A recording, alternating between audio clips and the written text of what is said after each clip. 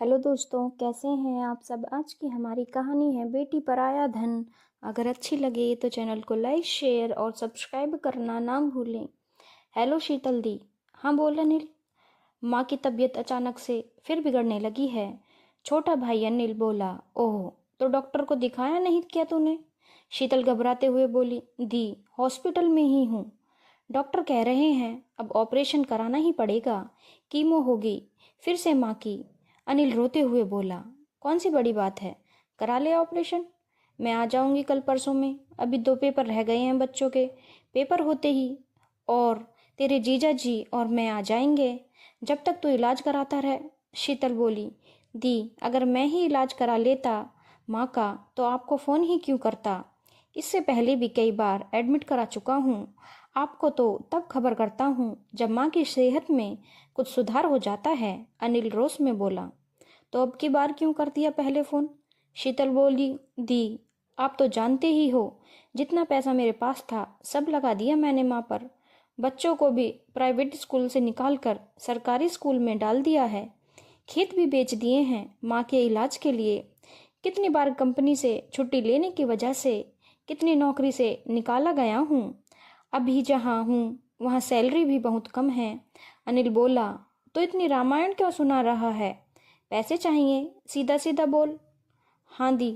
अनिल को शीतल की बात बोलने का तरीका बुरा तो लगा। ठीक है, 10,000 है मेरे पास, भेज देती हूँ। अगर ज़्यादा भेजूंगी तो तेरे जीजाजी से मांगने पड़ेंगे। वो भी क्या सोचेंगे कि मेरे भाई पर इतने पैसे भी नहीं कि अपनी जन्म देने वाली माँ को इलाज ना करा पाए। शीतल धीरे से बोली। अनिल को शीतल की बात से धक्का सा लगा। वो सोचा, क्या मुझे ही जन्म दिया है माँ ने। वो थोड़ी देर शांत होने के बाद बोला, दी थोड़े बहुत पैसे की जरूरत होती तो मैं आपसे कहता ही क्यों। पूरे 15 लाख बोले हैं डॉक्टर ने, आगे कितना लगेगा पता नहीं। अनिल बोला। अनिल समझदारी से काम ले, माँ का कैंसर लास्ट स्टेज पर है, बचना तो बहुत मुश्किल है उनका। डॉक्टर ने पहले भी कहा था उन्हें घर ले जाओ, बचा हुआ पैसा बचा कर रखो, कोई फायदा नहीं। तो घर ही ले जा माँ को, सबको देखकर कुछ दिन परिवार वालों के संग गुजार लेंगी। शीतल बोली। अनिल सगी बहन के मुंह से ये सब सुनकर स्तब्ध रह गया। दी आप रहने दो, आप पेपर करवाइए बच्चों के, मैं इंतजाम कर लूँगा। अनिल ने इतना बोला और फ़ोन रख दिया। शीतल भी अपने कामों में व्यस्त हो गई। 4 दिन बाद फुर्सत मिलने पर कहने को घर की बेटी शीतल अपने पति के साथ मायके आई। उसने दरवाज़ा खटखटाया। कोई दरवाजे पर आया। जी कहिए, आप कौन। जी यहाँ तो मेरी माँ रजनी, भाई भाभी उनके बच्चे रहते थे ना। शीतल आश्चर्य से बोली, जी वो तो अब सामने वाले घर में किराए पर रहने लगे हैं। ये घर तो उन्होंने परसों बेच दिया है, मालिक ने हमें किराए पर दिया है, बड़ी मजबूरी में बेचा बेचारे लड़के ने। उसकी माँ बहुत बीमार है, जिंदगी और मौत से लड़ रही है। बड़ा तरस आता है उन लोगों को देखकर। पास पड़ोस के लोग भी जितनी बन रही है मदद कर रहे हैं। वो आदमी बोला, आप सामने वो जो पीला घर है ना वहाँ चली जाइए। वो आदमी बोला, तुमने बताया नहीं शीतल एक बार भी कि तुम्हारी माँ इतनी बीमार है, घर तक बिक गया है तुम्हारा भाई। शीतल के पति नीरज बोले, जी मुझे भी नहीं पता था। शीतल को अनिल पर बहुत गुस्सा आ रहा था कि उसने अपनी सगी बहन की नाक कटवा दी। दोनों पति पत्नी तेज कदमों से सामने वाले पीले घर में आ गए। दरवाजा खटखटाया। भाभी ने दरवाजा खोला। वो कुछ नहीं बोली, पैर छूकर अंदर चली गई। सामने वाले जर्जर से कमरे में बेड पर शीतल की माँ लेटी थी। पास में ही अनिल माँ की दवाई घोल रहा था। शीतल को देख रोशन ने मुंह फेर लिया। शीतल की माँ शीतल को देख बोली, अब क्यों आई है बिटिया, का जरूरत थी, घर के काम देखती, यहाँ तो मेरा असली परिवार मौजूद ही है। माँ खांसती हुई बोली, तो क्या मैं आपका असली परिवार की सदस्य नहीं माँ, ऐसे बोल रही हो। शीतल गुस्से में बोली, बिटिया अगर तू परिवार की होती तो अपने भाई के पैसे मांगने पर दे देती। मैंने कहा तो था माँ पैसों की, हाँ, वो 10,000 रुपये की। तुझे 25 लाख दहेज देकर विदा किया। तूने जो मांगा वो दिया ब्याह में। तेरे अपने अनिल से छिपाकर तेरे खाते में न जाने कितने लाखों भेज दिए होंगे। हर बार 1 लाख से कम खर्चा कराकर नहीं जाती थी तू। उसी के कर्मों का फल शायद मैं भुगत रही हूँ।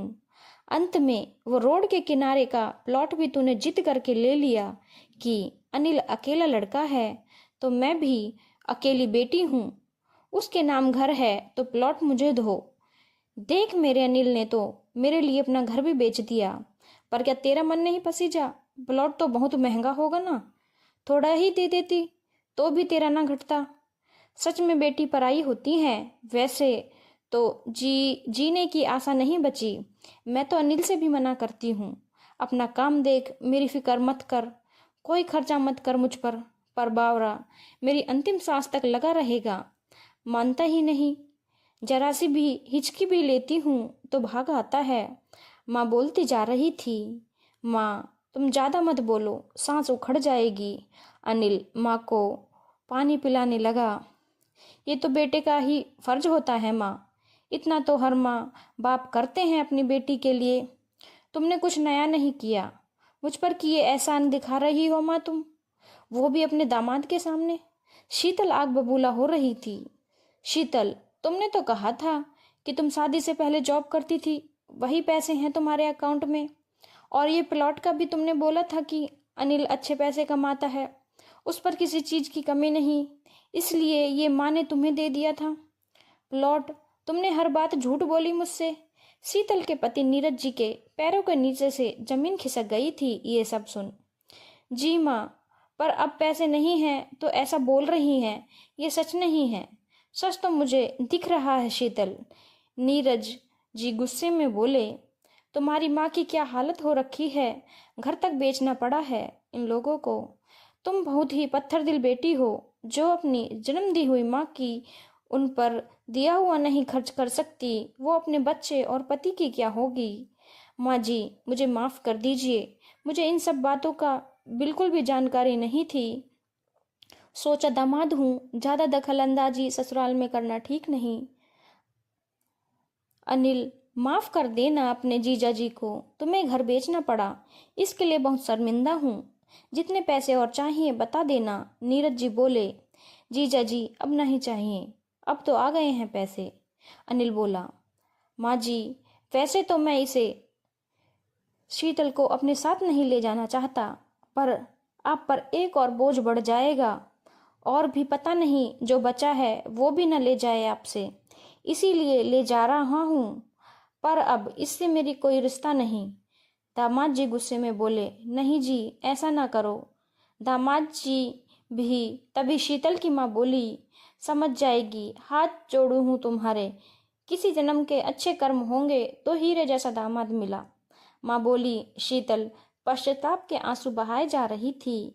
नीरज जी नमस्ते कर बाहर की ओर चले गए। जीजा जी, दीदी चाय तो पी लेते। पीछे से बहू चाय लेकर आई। शीतल भी अपनी माँ के हाथ जोड़ अपने पति के पीछे पीछे चल पड़ी थी। आज के ज़माने में कोई माँ सोच रही है कि बाप की संपत्ति पर बेटी का भी बराबर अधिकार है तो ठीक है, बाप का कर्ज भी बेटी भी चुकाए, उनकी सेवा भी बेटी करे। जितना बेटों को करने को कहा जाता है, जरूरत पड़ने पर अपने खाते भी खाली करे माँ बाप के लिए। बराबरी करनी है तो हर चीज में करो। कुछ माँ बाप की संपत्ति अपने नाम कराती हैं। अगर आपको बेटे पर विश्वास नहीं तो बहू को क्या अपनाएगी। कड़वा है मगर सच है। धन्यवाद दोस्तों। अगर आपको कहानी अच्छी लगी हो तो चैनल को लाइक, शेयर और सब्सक्राइब करना ना भूलें।